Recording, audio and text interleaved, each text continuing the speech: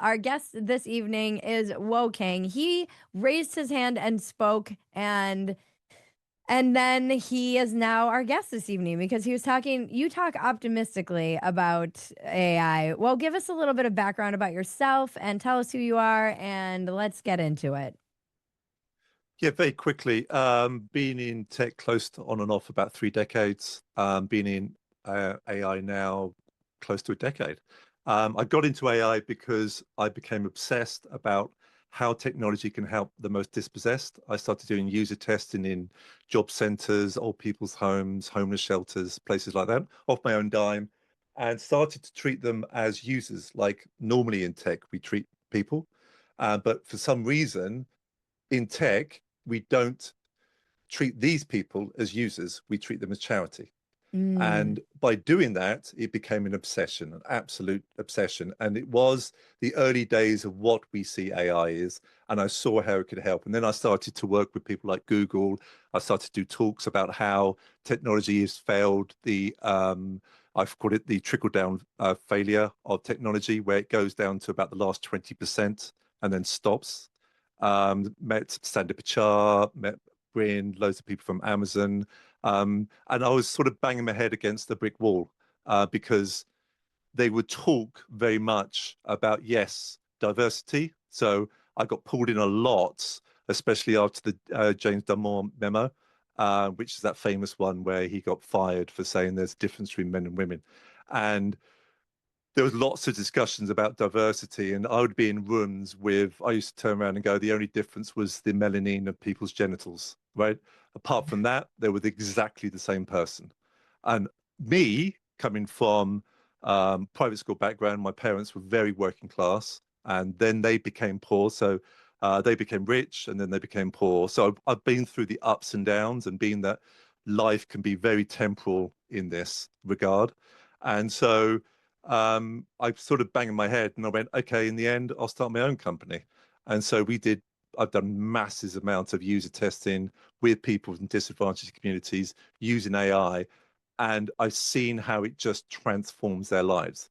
I've also started to get very frustrated. So I've also advised government and loads of local government organizations and charities. And this has been a long journey of close to a decade of actually seeing inside the beast. And it has been a revelation, to put it mildly, of the corruption and the the misaligned incentives and God knows what else. But what AI does is give power to these individuals in a way that shocks the state to its core. The reason why everyone's scared about AI is because they want you to be.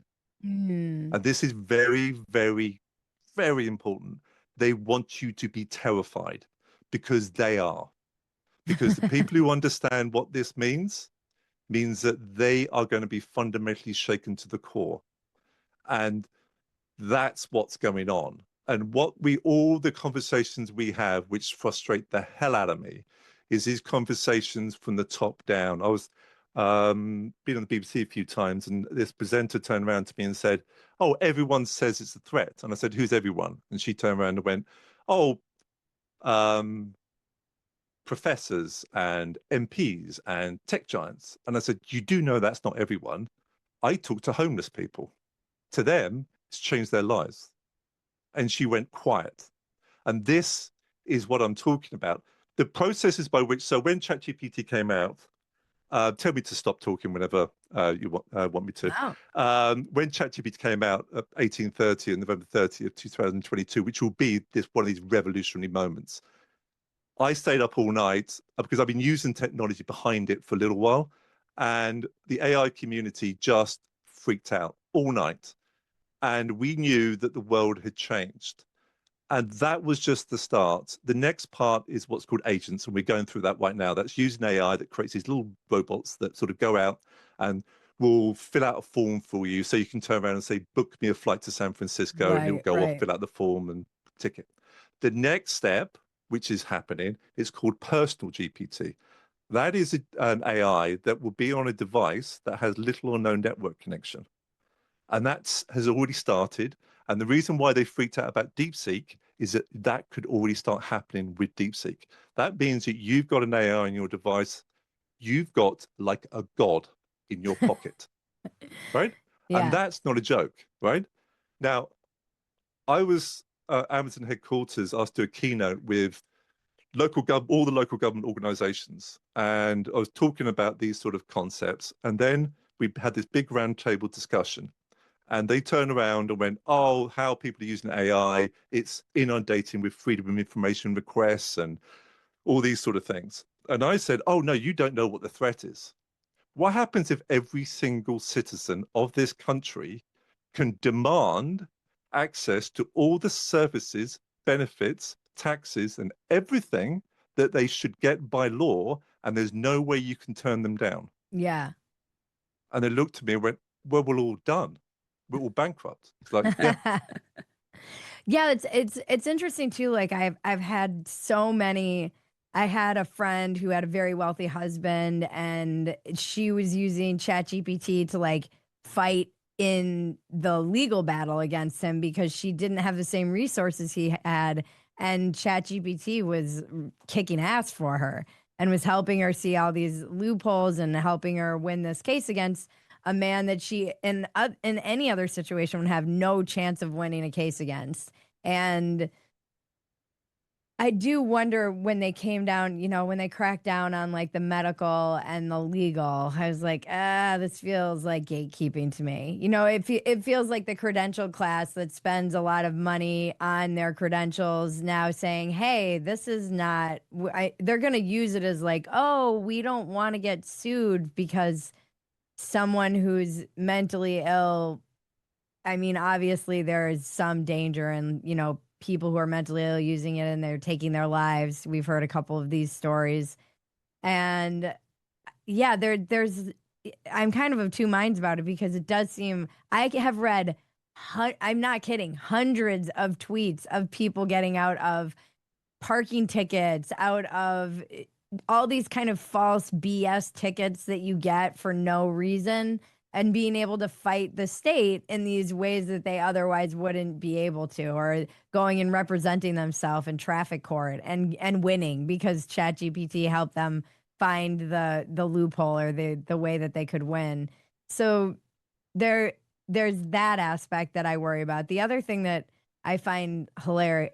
My husband's very skeptical and also hilarious. And we were talking, I was reading this story. There's a lot of fear mongering around AI and pearl clutching, as you mentioned. But there was this story in Rolling Stone, and it was about a guy, and he got, AI psychosis. He went crazy. He left his wife. She couldn't find him.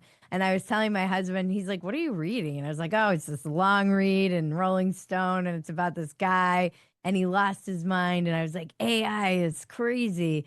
And he said, "Was there any predetermined?" He was like, "Okay, well, was there any predetermined factor that this guy might be crazy already?" And I was like, "Oh, well, he did go to jail for killing his dad when he was 18." And Jaron was like, "Okay, so that's not AI, Bridget. That's a crazy person who's using AI. We're going to be able to find a lot of those stories." So I do think it's easy to like run away with one of those stories and be like, "Oh my gosh, it's AI." And luckily I have a husband who's like, "Okay, so like the more details I gave him about the person, the more he was like, this is a crazy person who was using AI, not AI made this person crazy." No, exactly. I mean, I get asked a lot about what's this like, and I turn around and go, you shouldn't be asking tech people what this is like, because we say dumb things like Gates did. It said it's like the when the iPhone came out, and I went, no, it's like the metal movable press when that came out in the 15th Yeah. century, Gutenberg, right? What happened there changed society, and it created wars and lots of different. But the first Pogroms things that, and witch hunts, yeah, but because it gave power a to the 100 years people. of chaos, but 100 years of chaos, right? And I'm sorry to say this, that's what this is going to cause, right. right? But what it did was take away the power from the scribes, right? Hmm. So I always say this line is, why do you keep asking people who've invented this technology? You wouldn't ask Gutenberg what the book meant, all right? You would ask Shakespeare. you would ask historians, you would ask lots of different people. You wouldn't ask Gutenberg. But we keep on asking people like Sam Altman and Musk. They've got no bloody idea, right? They know they built it, but they don't know what the consequences of it. And so therefore, I sort of went back and started looking at the history of the printing press. And the first things that came off there were things like political smears, witch hunt booklets, right? Apart from the Bible being done, right? Lots of fake news, as you might say nowadays. But witch hunting manuals were very important. Doomsday prophecies, right? All these different things, which we are getting now, got done then. And there was a big chaos. But the big thing was the scribes felt under threat. And the scribes were the gatekeepers. They're the ones who had the power because there was only a very few books. You had to be rich to own them, right? And in the end, when the King James Bible was done, you had to know Latin. When all those things got taken away, it changed society. Now, it was chaos, but it changed it for the better. And in the end, we ended up with the Enlightenment, the Industrial Revolution, and all these different things wouldn't have happened until we had done that. We are in a chaotic revolutionary time. Someone has to be. We are, right? I love it. Sorry, I mean, we are. But what's going to come out of it is better, right? And always the line I on his name, the Finnish president, he turned around and said, "The holiday from history is over. The post-war consensus that we all sort of, you're sort of, you know, I'm older than you, but we're both Gen X's, right? And I know your audience, a lot of the Gen X's, okay? Is that this post-war consensus, we sort of want to desire to get back to 1997 for some strange reason, right? The Gen X's, that liberal perfect place, right? Which it wasn't, right? But we sort of dream of going back there. It's done. It's over. We're going back to what the world was before the Second World War, right? And then AI is giving a revolution to the individual in a way that will completely upend the power structures. If they don't try and take it away from us. And that's what they're trying to do by scaring the bejesus at you, which is exactly what they did back in the 15th, 16th, 17th century, right? That the people couldn't handle the power of having the knowledge, of having the information. Right. And they're doing it again. Same playbook. And so, given the framework that you have, you know, studied kind of the 100 years of chaos, that we're in a revolutionary time, that we're going back to prior to the post-war consensus, I do feel like a lot of people feel they feel this. Obviously, they feel destabilized by this because everything I keep saying, like this one line keeps running through my head: the culture is quicksand. Like it just feels like you step in something and start to sink a little, and you pull your leg out, and then you take another step, and you're trying to move, but I don't know how else to really describe it. And how does one stay sane to the best of their ability in a revolutionary time? Is it even possible? And what do you recommend? What are there guardrails you put up? I mean, how do you use this in a way that's productive and not destructive? What do you have any tips? I mean, anything? Okay, so try and learn your history. Get back and learn your history. You know, this very unique period we've had post-war is coming to an end, and it's going to be back to regional powers, right? Now, I always go, thank God for America, right? Thank God. We used to keep this. Basically, it's about, and it's going to be a terrible thing to say, it's about keeping the sea lanes open, right? It's a really strange thing to do, which is the reason why we had the most powerful navy in the world. Now you're doing it, right? As long as that keeps going, we'll all be able to eat, right? It's literally down to that, right? But the problems coming up is not the problems that anyone talks about. So Elon Musk talks about the environment or demographic crisis and lots of different things.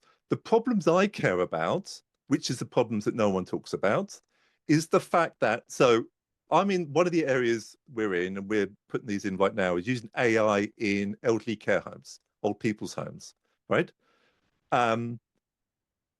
The elderly crisis is so profound is that it dwarfs climate change by several magnitudes. And I'll give an example.